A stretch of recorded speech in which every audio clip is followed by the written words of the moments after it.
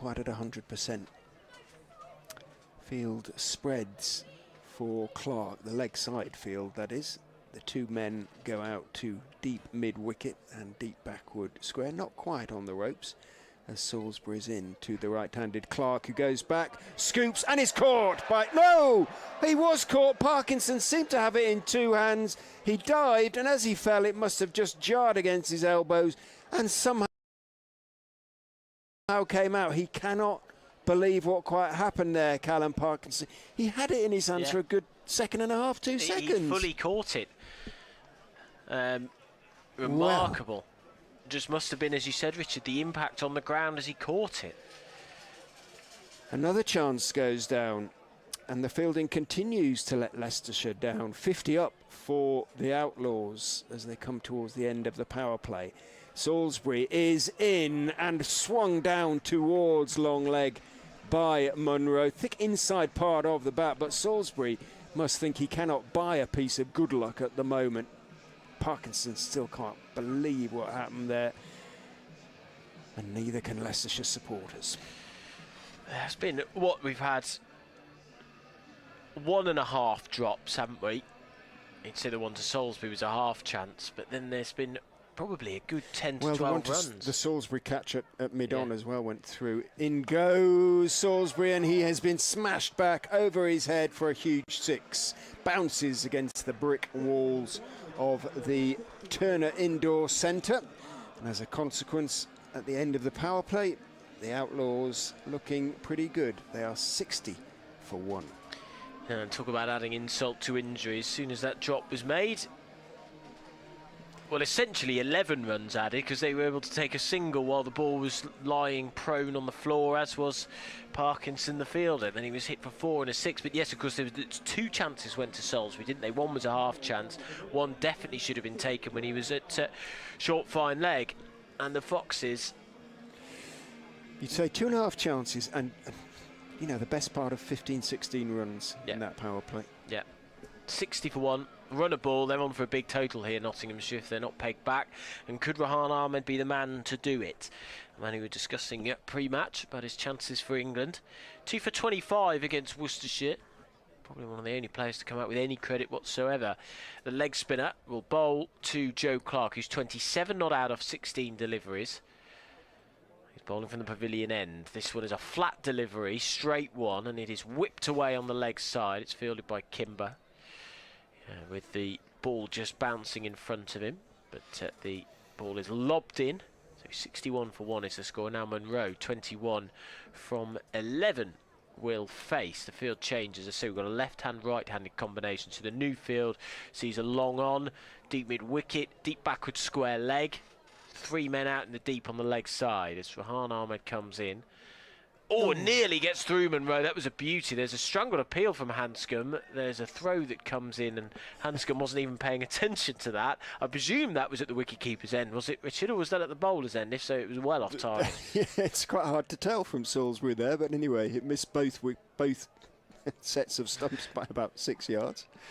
62 for 1. And Ahmed now to the right-handed Clark. Turned quite sharply, that one, didn't it? Obviously trying to protect against the sweep, I think, here. Clark goes down, nearly chops on. Goes for the cut. And nearly plays onto the stumps. But gets away with it. I think it's happened twice now to Clark. He survives. They're getting all the luck at the moment, Notts. Oh, he's got a problem. It's Munro at the other end who's got the problem. Has he pulled up? Has he done a hamstring? No, I think he's running on with equipment. Is it pads? Not sure what's quite happened here, but thigh pad. No, he's pointing to his hamstring, his right hamstring. Yes, Munro has taken off quite a lot of gear. Colin Ackerman's wandered over for a chat. I think you're right. I think it might be more of an injury. A thigh pad is off, and he's gone down to the ground with a bit of an issue here, and somebody's just going to attend to him. So I'll tell you what the latest is at Edgbaston, where Australia are chasing down 281 to win what has been a pulsating first Ashes test. And Australia 267 for 8. They need 14 to win with 9 overs left in the day, and England need 2 wickets. What a finish. What a finish. What is it about that ground? Reminiscent of 2005, that amazing finish there. I can't remember. Also had a really good finish in 2013. I'm not sure whether that was Edgbaston, but it's something about that ground that brings some fantastic finishes out. But we'll keep you up to date with what's happening there. Plenty of other games as well going on in the T20 Blast in the North Group, which I guess is what we're mostly concerned about. But Leicestershire can't get through, but we'll tell you the other scores because it does have an impact on everybody else. Lancashire 164 for 8 in their 20 overs. It's between innings there at New Road against Worcestershire. Durham 29 for 2 at the end of their power play against Birmingham Bears at Chester Street. Northamptonshire 57 for 1. They may have just found a bit of form after 7 overs against Yorkshire. And then Hampshire 42 for 2 after 6 against Gloucestershire. Surrey 66 for 1 after 6 against Glamorgan. It's a 7 o'clock start between Sussex and Kent.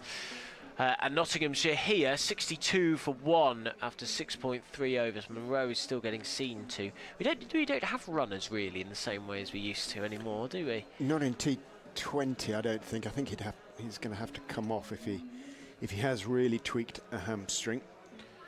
I suppose he could come back on in later on. Certainly incurred it trying to take that, well, successfully taking that single.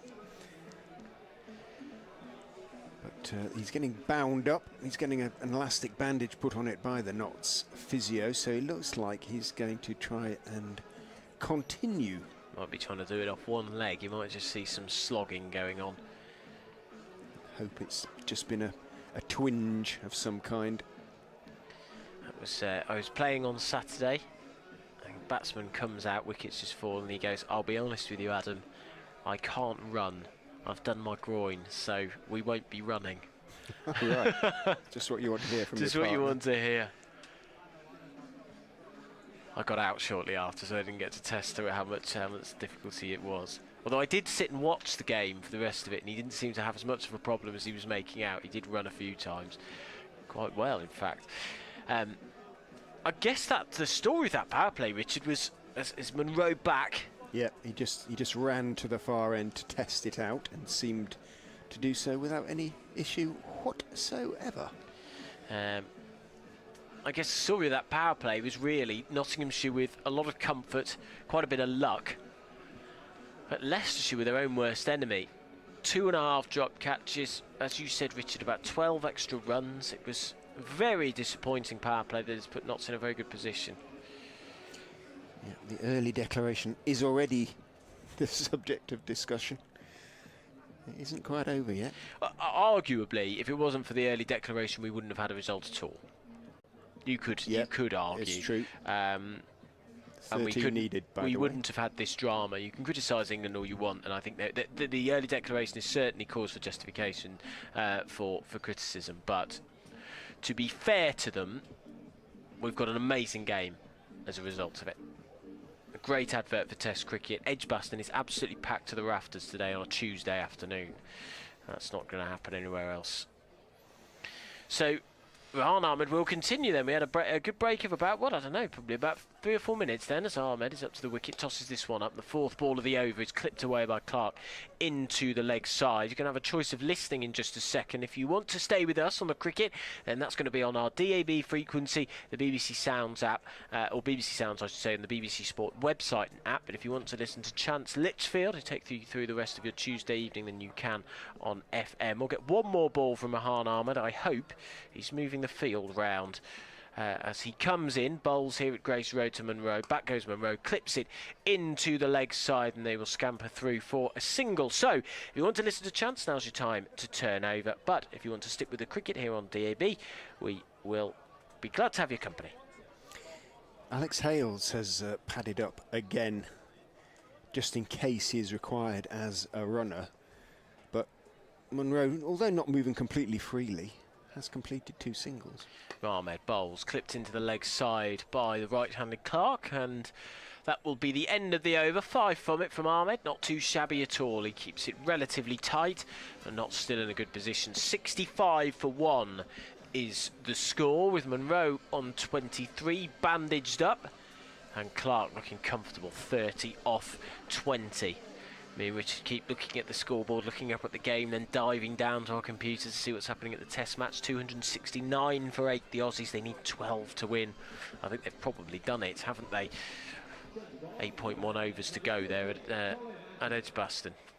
Colin Ackerman is going to bring himself on at the Bennett end. Certainly the pitch has sort of settled down compared to the way it was playing against Worcestershire. Ackerman is in, drops a little bit short, back goes Clark, pulls mightily out to deep mid-wicket, but Michael Finan forms the long barrier. It bounces off his knee, but only by a sort of half a foot, and he picks it up, gets his throw away, and it is just one. Well, Hales, it seems, is not going to be excuse me, required by Colin Munro. Ackerman is going to go round the wicket to the left-hander, waves at his field, then goes in, tosses it up, it's hit hard, straight back over his head, one bounce thuds into the black sight screen behind the bowler's arm in front of the Turner indoor centre. Hit that very, very hard.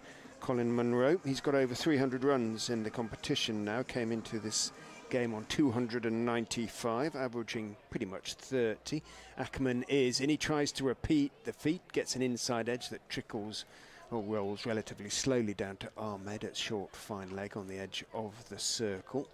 Perhaps he's just going to go for everything on the basis that the hamstring won't see him through much longer. In goes Ackerman, drops short, punched out into the offside off the back foot by Munro, out to the sweeper, and one is taken. Again, he jogged slightly uncomfortably, but not limping. I think he's okay, basically. Yes, it was a bit ginger. Yeah. 71 for 1.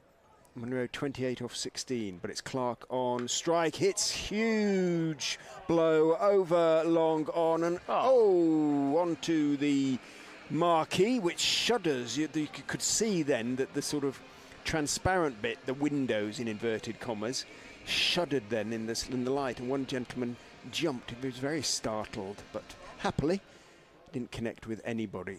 Lovely hit by Clark. Ackerman is in to him again. He goes back and plays firmly and correctly out through mid-on down towards long on. That was a huge blow from Joe Clark. He's on 38 at the end of the 8th over. Munro has 28 knots, 78 now for 1 off 8. They keep